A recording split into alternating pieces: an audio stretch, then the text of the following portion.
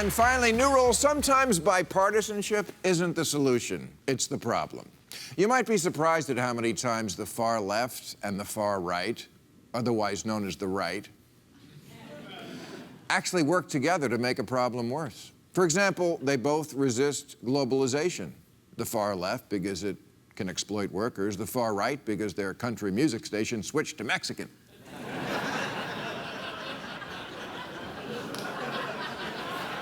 Right and left have bonded in believing 9/11 was an inside job. Somehow a leftist like Oliver Stone and a wannabe dictator like Trump both think Putin is a great guy. And then there's something I like to call the bipartisan pro-fat movement.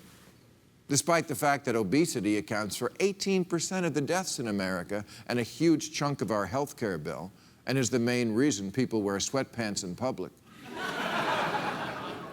I love sweatpants. I'm working now. Shut the fuck up, everybody. Also makes it easy for dick pics. Done. Sweatpants make it easy. In liberal circles, the worst thing anyone can ever do is mention weight, because that's fat shaming. And to conservatives, any attempt to even offer guidelines about what to eat, well, that smells like social engineering, as opposed to freedom, which smells like bacon. Now, you remember the right was infuriated back when First Lady Michelle Obama was trying to impose her radical Black Panther agenda of encouraging kids to eat healthy. Sarah Palin went so far as to defiantly show up at a school with plates of sugar cookies. That'll teach you kids to eat a carrot. How did vegetables get to be un-American? Okay, super patriots, eat what you want, but let's get real. These colors don't run because these colors can't run.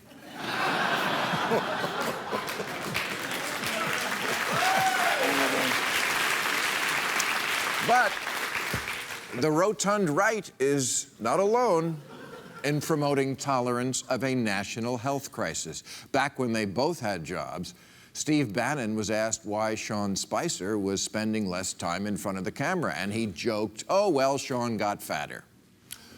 Okay, not the greatest joke ever, but a joke.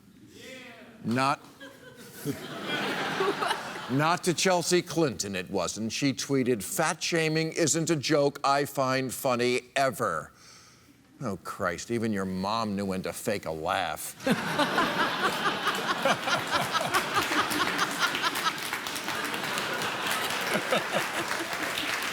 I'm sorry, but pretending everyone is beautiful at any size is not helping them, it's enabling them.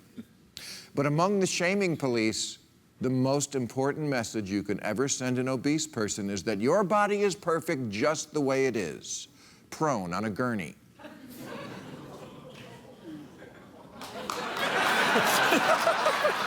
You know I'm right, fuckers. You see headlines on liberal websites like, "Body positivity has no size limit." Really? No limit at all? There's no middle ground between shaming and shamu? But wait, it gets worse. Not only are left and right united on what goes in your mouth, they've also declared open season on the words that come out of it. Free speech is under attack from both sides. You have Trump, who says fake news so many times a day, it's like he has totalitarian Tourette's. A president, an American president, calling the Fourth Estate the enemy. He's also called them scum, disgusting, really bad people. And he wants to change libel laws so he can go after people who insult him and, in his words, sue them and win lots of money. He tried it with me 4 years ago to the tune of $5 million, simply because I demanded he produce, you remember this, his birth certificate and prove he wasn't part orange-haired orangutan.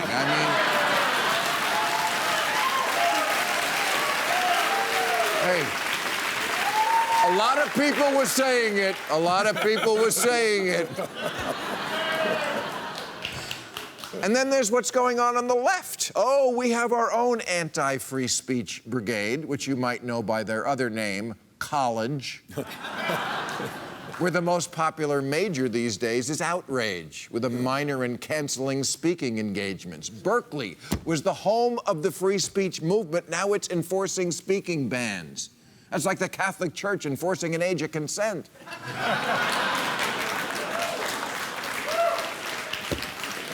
So there you have it. Next time someone pines for bipartisanship, just remember, when people of goodwill come together across the aisle, we can fuck up anything.